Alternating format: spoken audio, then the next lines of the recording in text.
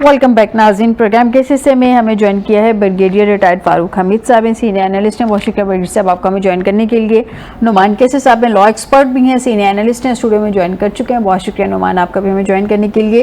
Brigadier साहब आपकी इजाज़त से सबसे पहले एक नुमान से ज़रा मैं जानूँ, नुमान अगर पाकिस्तान पीपल्स पार्टी जैसे कह रही है कि वो स्टांस ले चुकी है, प्रिंसिपल स्टांस ले चुकी है, अब उनके पास ऑप्शंस क्या हैं, कानूनी ऑप्शंस क्या हैं? अब वो कह रहे हैं, जैसे अभी आपने भी सुना कि आमिर साहब कह रहे थे, बेशक वो एक जो वहाँ पे पीपल्स पार्टी ने पोजीशंस ली हैं या जो सीट्स विन की हैं उनमें से एक सीट उनकी भी है, लेकिन इसके बावजूद वो कह रहे हैं कि वहाँ पे धांधली हुई है। अच्छा, इस सब में जीबी को भी हमने सामने रखना है। ये भी कहा जा रहा है कि जीबी में पीपल्स पार्टी विन कर गई तो वहाँ नहीं हुई और यहाँ पे हुई है। क्या क्या कानूनी ऑप्शंस क्या हैं, क्या क्या अडॉप्ट किया जा सकता है पीपल्स पार्टी की तरफ से? देखिए, वही तरीकाकार पीपल्स पार्टी के पास मौजूद है जो पाकिस्तान तहरीक इंसाफ के पास पाकिस्तान के अंदर मौजूद है, यानी कि कोई तरीकाकार नहीं है। बुनियादी क्वेश्चन ये है कि देखिए, आपने एक कानून का आपका एक निज़ाम है, आपने एक इलेक्शन कमीशन ऑफ पाकिस्तान या इलेक्शन कमीशन ऑफ एजे के बनाया हुआ है। उसका बुनियादी मकसद तो यह है कि वो किसी भी सियासी जमात के साथ उसकी मिली भगत नहीं होनी चाहिए, बल्कि एक आज़ादाना अंपायर के तौर पे उसने इलेक्शन कराने हैं। इलेक्शन कराने के बाद जो साफ सुथरा नतीजा जो उन्होंने इम्तिहान में उन्होंने परफॉर्म किया है उसका नतीजा देना है। सही, ठीक है। तो अगर कानून की हम बात करें तो कानून तो सिर्फ यही कहता है। लेकिन हमारे जो सक्सेसिव आपने देखे हैं इलेक्शंस हुए हैं, पाकिस्तान में देख लें, आज़ाद जम्मू एंड कश्मीर में देख लें, जीबी की भी हम इलेक्शन अब देखते आ रहे हैं, तो उसमें कोई ऐसा इलेक्शन पाकिस्तान में चले एक इलेक्शन की मिसाल आपको मिलती है कि उसके अलावा हर इलेक्शन में कहा गया हारने वाली जमात की तरफ से कि इलेक्शंस में धांधली हुई, सिवाय 2024 इलेक्शन के। जीतने वाले ने भी कहा धांधली हुई, हारने वाले ने भी कहा धांधली हुई। वो एक एक्सेप्शन है 1970 के इलेक्शंस की मैं अदरवाइज बात कर रहा हूँ कि उस बारे में जनरली कहा जाता है कि वो आज़ादाना इलेक्शन थे। लेकिन बुनियादी तौर पे हमारी कहानी जो हमारा एक आज़ाद जम्मू कश्मीर का एक रिहायशी है, वो जो बात करेगा वो यही बात करेगा कि हम तो बेशक हमें आपने आज़ादाना स्टेटस भी दिया हुआ है, ठीक है, हमारा ज़रा हम कश्मीर का हिस्सा है और कश्मीर आपके साथ हम इल्हाक करेंगे आपके साथ मिलके, जो अंडरस्टैंडिंग हमारी यही है। लेकिन इस वक्त जो मौजूदा सूरत हाल है कि हमारी सारी सियासत आपकी सियासत पे डिपेंड करती है। जो इधर इलेक्शन जीता है लामहाला वही पार्टी आके उधर इलेक्शन जीतती है, जो और इसके अलावा कंट्रोल भी आप हमें इधर से करते हैं, रिसोर्सेज भी आप हमें इधर से नहीं देते। तो वो उस लिहाज से कानून भी उनका वे कहते हैं कि जो कानून आपका उधर अप्लाई होता है यही कानून इधर अप्लाई होगा। सो पीपल्स पार्टी को लामहाला, जो आपका बुनियादी क्वेश्चन था, पीपल्स पार्टी आके सड़कों पे एहतजाज करेगी, जिस हद तक कर सकती है करती आई है। ये आखिरी स्टेज है, उसके बाद अभी गालिबन 11 हल्के हैं जहाँ भी इलेक्शन रहते, 7 हल्कों में इलेक्शन रहते हैं जो पूंछ डिवीजन के हैं। उसके बाद पीपल्स पार्टी ने यही करना कि आके एहतजाज करेंगे और उसके बाद जितनी सीटें इनके पास मौजूद होंगी उन सीटों को जाके असेंबली में जाके बैठ जाएंगे। यानी कि कुछ हद तक चलेगा और कोई फर्दर रेमेडी ना तो एग्जिस्ट करती है। देखिए, कानून में मौजूदा सैलरी पे काम करना पड़ेगा जी, रेमेडीज कानून के अंदर मौजूद हैं। देखिए, जिस तरह पाकिस्तान के अंदर है, इलेक्शन पिटीशंस फाइल की जाती हैं, आपके इलेक्शन ट्रिब्यूनल्स बनाए जाते हैं जहाँ जितनी जितनी ग्रीवेंसेस हैं आपकी धांधली की वो सामने रखी जाती हैं। तो उन पिटीशंस का पाकिस्तान में क्या हाल हुआ वही इधर होगा। बिल्कुल, तो ये है पीपल्स पार्टी की। ब्रिगेडियर साहब से जान लेते हैं। ब्रिगेडियर साहब, मैंने पहले तो कानूनी रास्ते जान लिए, जो कि सीधा सा जवाब पहले जुमले में मुझे पता चल गया कि जो तरीके इंसाफ के लिए ऑप्शन है वही पीपल्स पार्टी के लिए, यानी कि हम फिर ना ही समझे इस बात पे। अच्छा ब्रिगेडियर साहब, पीपल्स पार्टी बड़ी बड़ी बातें कर रही है। एक तार जो बड़ा जुमला हिट हुआ बिलावल साहब का कि उल्टी गिनती गिनना शुरू कर दें, जिसपे फिर काउंटर करते हुए राणा सनाउल्लाह साहब ने कहा कि ये जो उल्टी गिनती गिनवा रहे हैं ये खुद भी सीधे हो जाएंगे, इनकी गिनती भी सीधी हो जाएगी। चले, ये तो एक डायलॉग की हद तक हमने मान लिया। पीपल्स पार्टी अगर प्रिंसिपल स्टांस को ले जाती है कि वहाँ पे इलेक्शन है और बकौल उनके कि उनके पास पूरे एविडेंस मौजूद हैं, तो आपके ख्याल में विफाक में उन्होंने आईनी ओहदे भी लिए हुए हैं, मतलब बाकी सूबों में भी उनके पास आईनी ओहदे मौजूद है, गवर्नरशिप्स भी उनके पास हैं, जीबी की हुकूमत भी अब उनके पास चली गई है, क्या गेन करेगी पीपल्स पार्टी और क्या लूज कर सकती है? बिस्मिल्लाहिर्रहमानिर्रहीम, बहुत शुक्रिया। पहले तो मैं ये बता दूं कि I am a witness to the 1970 election. मैं कहता हूं कि वो first time one man one vote democratic election हुए थे पाकिस्तान में, उससे ज्यादा 200% फ्री एंड फेयर आज तक कभी दोबारा नहीं हुए। और ये सही बात है कि بعد میں ظاہر بات ہے پولیٹیکل مسائل تو بہت کریٹ ہو گئے تھے اس پاکستان کے والے سے عوامی میجورٹی پارٹی، لیکن نہیں ہوا، ان کو پاور ٹرانسفر نہیں ہوا تو وی لاسٹ آف دا کنٹری. لیکن بات یہ ہے کہ دیکھیں الیکشن کمیشن آف پاکستان جو ہے نا، یا election commission of Azad Kashmir, یہ الیکشن کمیشن ایک نیوٹرل ادارہ ہے. یہ کسی ہمیں تو سوچنا بھی نہیں چاہیے یا یہ ہونا بھی نہیں چاہیے کہ الیکشن کمیشن جو ہے وہ کسی طریقے کا باعث شو کرے، کسی پولیٹیکل پارٹی کے ساتھ الائنڈ ہو اور پولیٹیکل پارٹی کو سپورٹ کرے خفیہ طور پہ below the table over the table. تو یہ تو نہایت ہی کنڈیمیبل بھی ہے اور آبجیکشنیبل بھی ہے. اور پاکستان میں نے تو کہا 1970 کے الیکشن کے بعد جتنے الیکشن ہوئے ان میں بس پرابلم یہی رہا ہے، دھاندلی، یہ ریگنگ. الیکشن کے بعد بڑا رولا ڈالتی رہی پارٹیاں. اور یہ 2013 میں سب فرسٹ ٹائم 2013 میں پی ٹی آئی کی وہ موومنٹ تھی جب انہوں نے کہا تھا کہ چارج شیٹ کو کھولا جائے، لیکن وہ نہیں ہوا. پھر وہ موومنٹ چلی اور آپ نے دیکھا کتنا کرائسس پاکستان میں آیا. لیکن ایک بات ہے، چیف الیکشن کمشنر اس وقت کے 2013 میں جسٹس ریٹائرڈ فخر الدین ابراہیم صاحب، واٹ اے گریٹ مین. دیکھیں ایسے آنریبل لوگ جو ہیں اب بہت کم آگے نظر آتے ہیں. وہ انہوں نے ریزائن کیا تھا within 4 months of the election. ان کا کہ اتنا الیکشن گاندھی کی جو آبجیکشن آ رہے ہیں اور الزامات ہیں تو میرے پہ ڈائریکٹلی الزامات ہیں، میں زیادہ ریزائن کرتا ہوں کیونکہ I failed to give free and fair election. تو میں کہنا یہ چاہ رہا ہوں کہ یہ اگین چیف الیکشن کمیشنر کا ایک بڑا امپورٹنٹ رول ہے.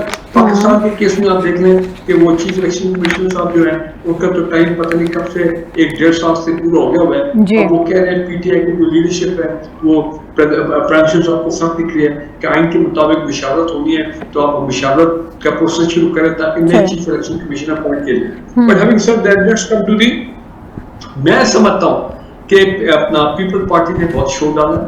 اب اللہ بہتر جانتا ہے کہ یہ نورا کشتی ہے وہ جنون شو ڈال رہے ہیں کیونکہ اس وقت آپ نے بھی کہا ان کی کتنی کانسٹیٹیوشنل اپارٹمنٹ ان کے پاس ہے، بلوچستان ان کے پاس ہے کی پولیٹیکل گورنمنٹ، اس کے بعد سندھ میں کتنے سالوں سے وہ جناب اپنا وہاں پہ پاور میں ہیں. میرا نہیں خیال ہے کہ اتنی اسٹیکس ہائی ہے کہ وہ ایک بہت بڑا کرائسس کریٹ کریں گے، شو ڈالیں گے، سب کچھ کریں گے اور الیکشن پٹیشن بھی ڈالیں گے.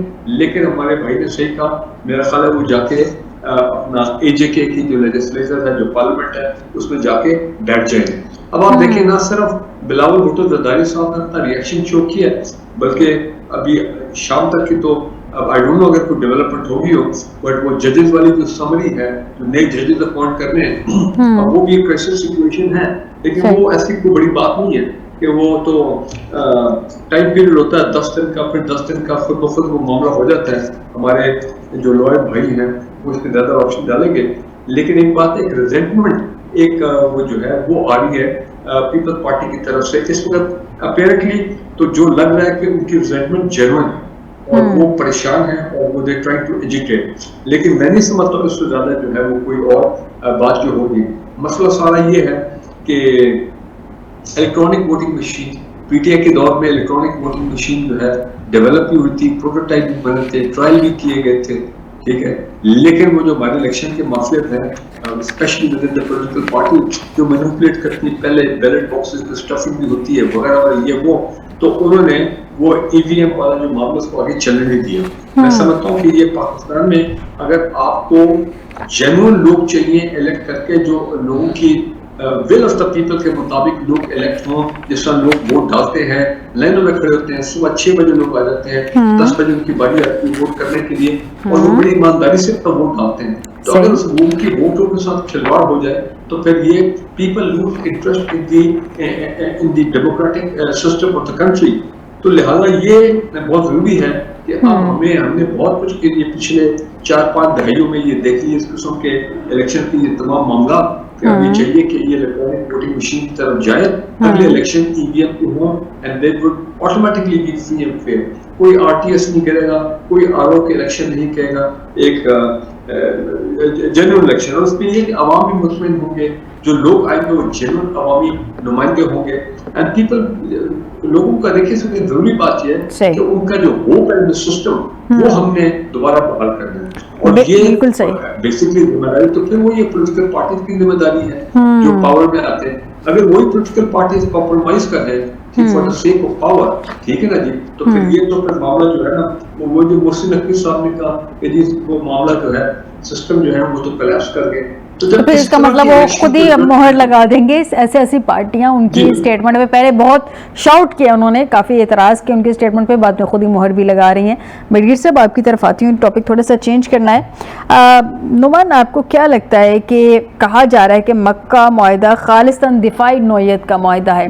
اچھا چلیں مان لیتے ہیں کہ خالصاً دفاعی نوعیت کا معاہدہ, ابھی تو ہمارے سامنے اس کا پورا فریم ورک نہیں آیا, ہمیں نہیں پتا کہ ایگزیکٹلی کیا ہے اس میں کیا نہیں ہے. جیسے کہ سعودیہ کے ساتھ جو ہمارا ڈیفنس پیکٹ ہے اس کی بھی ساری 100% ڈیٹیلز تو ہمارے سامنے نہیں ہے, تو پھر اسپیکولیشنز اوبویس سی باتیں ہوتی ہیں, پریڈکشنز کی جاتی ہیں اور پھر اپنے انالیسز اس پہ دیے جاتے ہیں. آپ کے خیال میں مکہ مشترکہ معاہدہ مکمل طور پر اگر دفاعی نوعیت کا معاہدہ ہے تو پاکستان کا تو دفاع آلریڈی بڑا مضبوط ہے, تو پاکستان کا ایڈوانٹیج کیا ہے اس میں, کیا دیکھ رہے ہیں؟ دیکھیے بڑا ہی اہم سوال ہے آپ کا. اس سے پہلے میں ایک تھوڑا سا تبصرہ یہ کرنا چاہوں گا, جس طرح بھی آپ نے ذکر کیا کہ معاہدے کی جب تک ٹیکسٹ ہمارے سامنے نہیں ہوگی, جیسے ایم او یو کی بھی ہم بات کرتے تھے, ایران اور امریکہ کا جو ایم او یو تھا, کوئی ٹیکسٹ باہر آئی تو اس پہ پھر ہم کامنٹ کر سکے, کوئی باتیں کر سکے. بالکل صحیح. اب دلچسپ بات یہ ہے کہ جو پاکستان اور سعودیہ کا جو ڈیفنس پیکٹ ہوا تھا اس کی بھی جو ٹیکسٹ ہے آفیشیل وہ ابھی تک پبلک نہیں ہے, صرف جوائنٹ اسٹیٹمنٹ سے موجود ہے, اور اس پہ ہم اتنا تبصرہ کر چکے ہوئے ہیں کہ شاید کسی اور عنوان پہ ہم نے تبصرہ ہی نہ کیا ہو. اور اسی طرح یہ جو 7 اگست کو 2-3 دن پہلے جو معاہدہ ہوتا ہے ترکی, سعودیہ کا اور پاکستان کا, اس میں بھی وہی باتیں ہمارے سامنے ہیں جو سربراہ مملکت ہیں تینوں ملکوں کے, انہوں نے باتیں کی ہیں یا جو اخباروں سے خبریں ہمارے سامنے آ رہی ہیں. سو ہم جو بھی اس پہ تبصرہ کریں گے, ایک اس کو کہتے ہیں اسپیکولیٹو, جس طرح ہم پاکستان اور سعودیہ کے ڈیفنس پیکٹ کے بارے میں کرتے آ رہے ہیں, یہ وہی تبصرہ ہوگا. لیکن ظاہر ہے ہم نے ارد گرد جو ڈیفنس پیکٹ ہوتے دیکھے ہیں, یا ترکی کا اپنا ایک ایکسپیرینس ہے نیٹو کے ساتھ, اور نیٹو کے ساتھ الٹیمیٹلی کیا ہوا, اس طرح کی چیزیں بھی ہمارے سامنے موجود ہیں. سو اس تجربے کی بنیاد پہ میں جو آپ نے سوال کیا کہ پاکستان کا دفاع تو پہلے ہی مضبوط ہے, تو اس پیکٹ سے ہمیں کیا ملے گا. دیکھیں ہم نے دیکھنا ہے کہ تینوں ملکوں کی, جب بھی 3 ملک یا 3 پارٹیاں اکٹھی ہوتی ہیں, وہ ایک دوسرے کی اسٹرینتھ اور ویکنیسز پہ کھیلتی ہیں. ایک چیز میرے پاس اگر مضبوط ہے, دوسرے کے پاس کم ہے, تو وہ چاہے گی کہ میری مضبوط چیز میں سے اسے حصہ ملے, اور اس طرح وائس ورسا. سعودیہ کا جو مضبوط چیز ہے وہ اس کا فائنینشیل اور اکنامک آرم, تیل ہے, ادروائز بھی جو اسسٹنس وغیرہ ہمیں وہ دیتے ہیں. ترکی کا اپنا ایک ایکسپیرینس ہے, ایک انڈسٹریل اسٹیٹ ہے, ایک ملٹری اسٹیٹ ہے. نیٹو کا ان کا ایک ایکسپیرینس ہے, اسٹل نیٹو کے ممبر ہے. تو یہ وہ ساری چیزیں ہیں کہ جو کہ پاکستان بینیفٹ کرتا ہے. پاکستان کا اگر دیکھا جائے, بریگیڈیئر صاحب اسے متفق کریں گے کہ ہماری ایک کنونشنل جو وار کی اسٹرینتھ ہے وہ اپنی جگہ ہے ہی ہے, پلس نیوکلیر آرمڈ کی جو ہماری ایک اسٹرینتھ ہے, جو سارا سلسلہ ہماری اسٹرینتھ ہے. تو یہ تینوں چیزیں ایسے ہیں جو تینوں ملک ایک دوسرے تیسرے سے فائدہ اٹھا سکتے ہیں. سو اس پیکٹ کا مطلب یہی ہے, صرف یہی نہیں ہے کہ ہمیں مثال کے طور پہ اگر ہم یہ پرزیوم کرتے ہیں کہ اس ٹیکسٹ میں لکھا ہوا ہے کہ کسی ایک ریاست پہ بھی حملہ, دوسری ریاست پہ حملہ تصور کیا جائے گا, یہ بات اپنی جگہ ٹھیک ہے, لیکن اس کے کانسیکوینسز بھی ہوں گے. اس کو ہم لیگل ٹرم میں کہتے ہیں کنسیڈریشنز. ٹھیک ہے, یہ کنسیڈریشن ٹھیک ہے کہ میرے پہ حملہ ہوا تو آپ بچائیں گے, آپ ہوا تو میں بچاؤں گا, لیکن اس کے ساتھ ساتھ آپ کی ٹریٹی کے اندر ایسی بھی پروویژنز ہوتی ہیں جو کہ ادروائز دوسرے ایریاز میں اس چیز کو بھی ڈیفائن کرتے ہیں کہ کس قسم کا حملہ ہوگا تو ہم آپ پہ کس چیز کو ہم آپ کے ساتھ سپورٹ کریں گے. بالکل صحیح بات ہے, ایگزیکٹلی. ٹھیک ہے, یا اگر حالی اٹیک کا لفظ لکھا ہوا ہے تو that could be an economic attack, that could be a financial attack. ٹھیک ہے, سو یہ وہ ایسی ڈیفینیشنز ہیں جن کی جب تک ہمارے سامنے تفصیل نہیں آتی تب تک ہم یہ باتیں نہیں کر سکتے. لیکن بات وہی ہے کہ ضروری نہیں کہ ڈیفنس کی صورت میں ہم سعودیہ یا ترکی سے کوئی ریٹرن میں چیز چاہ رہے ہوں جس میں وہ ایکسپرٹ ہیں, جن چیزوں میں وہ بہتر ہیں. ترکی کی انڈسٹری میں یا ادروائز ایکسپرٹیز ہے, وہ پاکستان کی ہیلپ کرے گا. سعودیہ فائنینشیل اور اکنامک سپورٹ پاکستان کی کرتا آ رہا ہے, آئندہ بھی کرے گا. تو یہ سارا ایز اے پیکیج اس چیز کو لیا جا سکتا ہے. بالکل ٹھیک ہے. بریگیڈیئر صاحب سے جانتے ہیں. بریگیڈیئر صاحب, مکہ مشترکہ دفاعی معاہدہ مشرق وسطیٰ میں امن کی بنیاد دیکھ رہے ہیں کہ اس سے ڈل جائے گی, یا نئے اسٹریٹجک کشمکش میں جاتی صورتحال دیکھ رہے ہیں, یا صرف ایک معاہدہ ہے بس ٹھیک ہے ایک معاہدہ ہو گیا, اس کو لائٹر نوٹ میں آگے لے کے چلنا چاہیے, کیا دیکھ رہے ہیں؟ دیکھیں, اگر آپ پاکستان اور سعودی عربیہ کا جو ڈیفنس ایگریمنٹ 1.5-2 مہینے پہلے ہوا تھا, اس میں آپ نے نوٹ کیا ہوگا کہ ہمارا ایکچولی ایک فائٹر اسکواڈرن جو ہے वो सब रवाना भी हो गए थे based over there along with air defense elements which are supporting elements. तो वो तो देखे ना वो मुआहदा तो फिजिकली और ग्राउंड इम्प्लीमेंट हो गया. अब ये जो है ये ऑब्वियसली ये बिल्कुल डिफरेंट है. ये तीन ममालिक का जो ट्राइलैटरल अरेंजमेंट पैक्ट है इसके सामने भी आज ये बड़े लोगों ने सवालात शुबात रेज किए हैं. ग्रे एरियाज हैं उस पर लोग पिछले 3 दिन से बात कर रहे हैं. तो इसाक डार साहब ने भी आज एक डिटेल डॉक्यूमेंट आउट किया लेकिन उसमें भी उन्होंने वही बातें की हैं जो मोटी मोटी पहले थी कि ये डिफेंसिव इन नेचर है, ये एग्रेसिव डिजाइन नहीं रखना किसी के खिलाफ और इसमें डिफेंस को एक पे हमला हुआ तो तस्वर किया जाएगा के लिए कि अगर मिसाल के तौर पे हुती है यमन के जो कि ईरान के प्रॉक्सी ग्रुप के जो भी आपके प्रो ईरान अगर वो सऊदी अरेबिया पे हमला कर रहे हैं जिस पिछले 4-5 कई दिनों से वो ईरान पे सऊदी अरेबिया पे मिसाइल अटैक कर रहे हैं उनकी ऑयल फील्ड को अगर उन्होंने टारगेट किया तो क्या अब ये सऊदी अरेबिया इन्वोक करेगा वो पाकिस्तान वाला एग्रीमेंट या वो ये ट्राइलैटरल एग्रीमेंट इन्वोक करेगा तो बड़ी कॉम्प्लिकेटेड सिचुएशन हो जाएगी. मैं समझता हूँ ईरान को ऑन बोर्ड हमने लिया है और Iran it was fully in picture जब ये मुआहदा हुआ है और तो उनकी तरफ से एक इतना एंथुसियास्टिक रिस्पांस नहीं आया.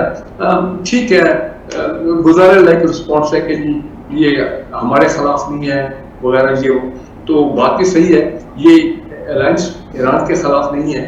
ये बेसिकली मैं समझता हूँ जो थ्रेट है जो एनिमी है. अब ये थ्रेट और एनिमी की भी बिल्कुल ये बात ऐसे खुल के नहीं की गई है कि ये कौन सा थ्रेट है कौन सा दुश्मन है जिसके मुमकिन कोई हमले पे के खिलाफ ये जॉइंट एक्शन होगा इन तीनों ममालिक का अगर लेट्स से सऊदी अरेबिया पे होता है. तो अभी तक तो ये नजर आ रहा है कि ये बेसिकली एंटी इसराइल ये सिक्योरिटी अलायंस है और इस पे जाहिर बात है इसराइल बड़ा परेशान है कि ये जनाब क्या एक मुझे चेक करने के लिए मुझे डिटर करने के लिए फ्यूचर मेरे जो डिजाइन है गल्फ में ये एक 3 बड़ी कुव्वतें हैं मुसलमान ब्लॉक की उन्होंने गल्फ स्टेट में और ये इकट्ठे हो गए हैं. पाकिस्तान की मिलिट्री पावर पाकिस्तान की air power missile power drone power उसका तो कोई मुकाबला नहीं कहीं पे और इंडियन भी बड़े परेशान हैं क्योंकि कल से बातें हो रही हैं कि तुर्किया में कुछ 1-2 लोगों ने कहा है इम्पोर्टेंट कि अगर पाकिस्तान पे इंडिया से की तरफ से हमला हुआ तो तुर्किया बिल्कुल अपनी पूरी फुल मिलिट्री माइट के साथ आके पाकिस्तान की मदद करेगा. लेकिन ब्रिगेडियर साहब तुर्किया की तरफ से तो ये आ गया लेकिन सऊदीया के तो बड़े सारे मुआहदे बहुत सारे प्रोजेक्ट्स चल रहे हैं इंडिया के साथ तो उसको किस सेंस में देखेंगे? हाँ देखें ना इसके एक पॉलिटिकल डायमेंशन भी है ना और इंटरनेशनल लेवल के ऊपर जो डिप्लोमेसी है उसके भी डायमेंशन है कि क्या सऊदी अरेबिया जहाँ पे बड़ी तादाद में इंडियन जो है वहाँ पे लेबर में है काम कर रहे हैं वगैरह और उसके अपने बड़े इंडस्ट्रियल ट्रेड बायलैटरल ट्रेड है कोऑपरेशन है इकोनॉमिक इंडिया के साथ तो उसका क्या रवैया होगा. लेकिन आज आपने वो खबर पढ़ी होगी देखिए तुर्किया ने ऐलान किया है कि जनाब पाकिस्तान के ऊपर जो हमारे जो ऑफशोर ऑयल है जिसके बारे में पहले खबर आ गई थी कि टर्की उसमें बहुत इंटरेस्ट ले रहा है तो उन्होंने ऐलान किया कि अब वो ऑयल ऑफशोर ड्रिलिंग जो है वो कुछ ब्लॉक्स में तुर्की आके करना शुरू कर देगा. तो ये भी एक किस्म का देखना क्लोजनेस की एक निशानी है. प्लस डिफेंस कोऑपरेशन की बात है जो टेक्नोलॉजी हमारे पास है कन्वेंशनल वेपन इक्विपमेंट की बात होती है वो हम उनके साथ शेयर कर सकते हैं. हम इक्विपमेंट उनको एक्सपोर्ट कर सकते हैं सऊदी अरेबिया को तुर्किया को और ये म्यूचुअल ये चीज चल सकता है. और बड़ी इंपॉर्टेंट बात ये कि अगर इसमें 3-4 ममालिक जो हैं वो और बीच में शामिल हो जाए कुवैत कतर बहरीन और हम तो ये कहते हैं कि ईरान भी इसमें शामिल हो ताकि एक पक्का सॉलिड इस्लामिक गल्फ स्टेट का ब्लॉक बने जो कि अमेरिका को जो भी बदमाशी है इन दी गल्फ और इसराइल की उसको चेक कर सके उसको कंट्रोल में रखे. उनको पता हो कि फिजिकल मुज़ाहमत होगी इन मुसलमान ममालिक के. तो ओवरऑल मैं ये समझता हूँ कि इसमें अभी एक चीज ये रह गई है कि इसका स्ट्रक्चरल मैकेनिज्म क्या होगा ऑन ग्राउंड जो कमांड हेडक्वार्टर होगा किधर होगा सऊदी में होगा मोस्ट प्रॉब्ली वहीं पे होगा और फिर उनको कौन हेड करेंगे उनको लोग होंगे. तो ये अभी जो इसका स्ट्रक्चरल फ्रेमवर्क है ना वो अभी सामने नहीं आया. आई एम श्योर वो प्लान हो रहा होगा between the top military planners of the 3 countries और फिर ऑल कंट्रीज ने ऑन बोर्ड आना है तो ये एक बड़ा एक मैं समझता हूँ कॉम्प्रिहेंसिव और बड़ा वेल प्लान ये होना चाहिए मंसूबा, और इसको कामयाब होना चाहिए। बिल्कुल सही। नुमान से जान लेते हैं। नुमान, सबसे पहले तो मुझे एक पॉइंट मैं ऐड करती हूँ, फिर एक की डिटेल आपसे लूँगी।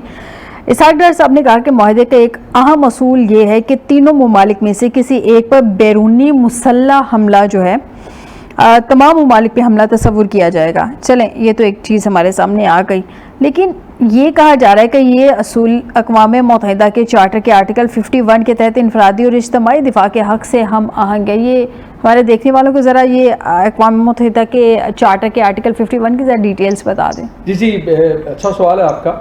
देखिए, अक़वाम मुत्तहिदा जब बनाई गई थी सेकेंड वर्ल्ड वार के बाद, तो जो बुनियादी अक़वाम मुत्तहिदा का जो चार्टर था, उस चार्टर के अंदर बाकी चीज़ों के अलावा असल मकसद ये था कि मुल्क में, पूरी दुनिया में जो एक डिज़ास्टर हुआ था दूसरी आलमी जंग का, इस तरह का कोई डिज़ास्टर दोबारा ना हो पाए। तो बुनियादी मकसद उसके अंदर ये लिखा गया था कि तमाम ममालिक के आपस में जो भी डिस्प्यूट्स या मसाइल हैं वो मिल बैठ के पुरअमन तरीके से इनको हल करेंगे। ठीक है। और कोई मुल्क किसी दूसरे मुल्क की टेरिटरी के अंदर जाके हमला नहीं कर सकेगा। बिल्कुल ठीक। ये बेसिकली आर्टिकल 2 सब आर्टिकल 4 है इसी चार्टर का।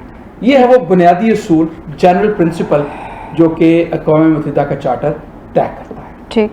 अब दूसरा सवाल ये आता है कि क्या कोई ऐसी भी प्रोविजंस हैं इस चार्टर के अंदर जो कि किसी मुल्क को किसी भी वजह के बुनियाद पे ये हक देती हों कि किसी दूसरे मुल्क पे जाके हमला कर सकता है। ठीक है। तो उस लिहाज से अगर देखा जाए तो चार्टर के अंदर दो बुनियादी इस्तिस्ना है, एक्सेप्शन है। एक ये है कि अगर किसी मुल्क के ऊपर हमला किया जाता है, उस सूरत में सेल्फ डिफेंस के तौर पे आर्टिकल 51 जिसका भी आपने जिक्र फरमाया है, उसका इस्तेमाल करते हुए वो मुल्क हमला करने वाले मुल्क पे जाके जवाबी हमला कर सकता है। अच्छा, सेल्फ डिफेंस है ये, तो इवन क्रिमिनल लॉ के अंदर भी आपको इजाजत होती है।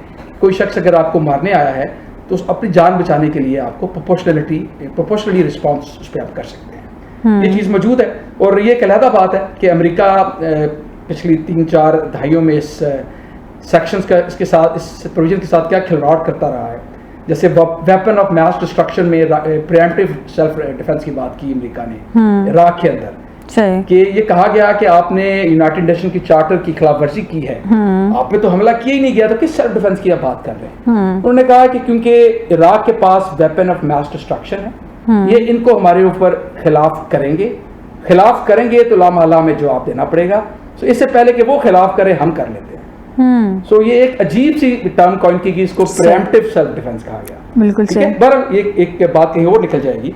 सो दूसरा, एक तो मैंने आपको ये बताया, आपका राइट है। दूसरा है यूनाइटेड नेशन सिक्योरिटी काउंसिल, इसी चार्टर का जो चैप्टर 7 है वो इजाजत देता है कि जब यूनाइटेड जो सिक्योरिटी काउंसिल है यूएन की, वो अगर इजाजत दे कि किसी मुल्क के खिलाफ कंबाइंड यूएन लेड अटैक करना है या किसी भी मुल्क की तरफ से लीड करके एक वो अटैक किया जाना है, तो वो भी यूनाइटेड नेशन की सिक्योरिटी काउंसिल इसकी इजाजत दे सकती है। बिल्कुल ठीक अब उसकी चांसेस इसलिए कम है कि 5 आपकी वीटो होल्डिंग जी बिल्कुल मुल्क है, तो वो किसी भी एक उस पॉइंट पे एग्री नहीं करेंगे। बिल्कुल ठीक हो गया। ब्रिगेडियर साहब, एक आखिरी सवाल सर, ईरान को तो नहीं लगता कि डायरेक्ट थ्रेट कोई होगा इस माहिदे से, ये जो मक्का माहिदा हुआ है, लेकिन अगर मैं आपसे इजराइल और अमेरिका के कॉन्टेक्स्ट में पूछूं तो आपको क्या लगता है कि जानबूझ के इत्तेहादियों को स्पेस दी गई है या अपना लोड जो है अपने इत्तेहादियों पे डाला गया अमेरिका की तरफ से, या इन्होंने खुद ही सोचा कि अब हमें ज़्यादा इक्तफा नहीं करना अमेरिका पे, तो हमें अपनी सिक्योरिटी खुद भी जो है उसको मेक श्योर करना है इस चीज़ को, तो ये सोच पाई जाती रही है। इस कॉन्टेक्स्ट में आप क्या देखते हैं? अब है कि बनाम ला के वो अपने जो अटैक्स हैं ईरान के ऊपर उनको 12 दिन करता है, फिर उसके बाद 10 दिन के लिए ठंडा होकर बैठ जाता है, क्योंकि उनको अपने बड़े मसाइल हैं। बेसिक जो है अभी नुकसान वो डायरेक्ट एग्जैक्टली ये बता भी नहीं कि कितने उनके सोल्जर जो हैं वो लोग मारे गए, लेकिन बड़े पैमाने पर उनके रडार इक्विपमेंट डिफेंस सिस्टम बड़ा उनको नुकसान हुआ है ईरानी मिसाइल से। तो इट इज क्वाइट पॉसिबल कि वो अब सोच रहे हैं कि जो कुछ गल्फ कंट्री ने भी कहा है कि जनाब हम पे जो हमारी जो सिक्योरिटी अम्ब्रेला हमें प्रॉमिस की गई थी वो تو میں جو ہے کسی بھی مسلمان ملک سے گلف میں ان کی بیسس سے حملے ہوئے تو ایران نے بڑا زبردست ریٹیلیشن کی، تو جس سے پھر ظاہر بات ہے ساتھ کولیٹو ڈیمیج ہوا، سول سوسائٹی بھی ہٹ ہوئی، جس سے بڑا ایک لو کانفیڈنس لیول ہو گیا گلف نیشن میں امریکن میں. تو اٹ از کوائٹ پاسبل، میں اس کو رول آؤٹ نہیں کرنا چاہیے کہ ایک تو یہ کہ بالکل یہ امریکن ہوا ہے اور یہ 3-4 جو بڑے ممالک ہیں جن کی بڑی عام فورسز ہیں اگر یہ آ جائیں تو ان کی جو رسپانسبلٹی ہے آہستہ آہستہ جو ہے یہ ٹیک اوور کریں اور امریکن کو تھوڑا سا انخلا ہو، ان کو بھی کچھ رسپیکٹ ملے. اور جہاں تک ایران کا تعلق ہے، یہ تینوں ممالک ہیں، کسی کا ایران کے ساتھ کوئی جھگڑا نہیں ہے، کوئی اپنا کلیش نہیں ہے. ٹھیک ہے، تو ایران کو ڈائریکٹ کوئی تھریٹ اس سے نظر نہیں آ رہا. بالکل ٹھیک ہے، بہت شکریہ بریگیڈیئر ریٹائرڈ فاروق حمید صاحب آپ کا پروگرام میں جوائن کرنے کے لیے. نعمان کیسی صاحب آپ کا بہت شکریہ پروگرام میں جوائن کرنے کے لیے. ناظرین آج کے پروگرام سے دیجیے گا اجازت، بشرط زندگی آپ سے دوبارہ ملاقات ہوگی. اپنا خیال رکھیے گا، اللہ حافظ.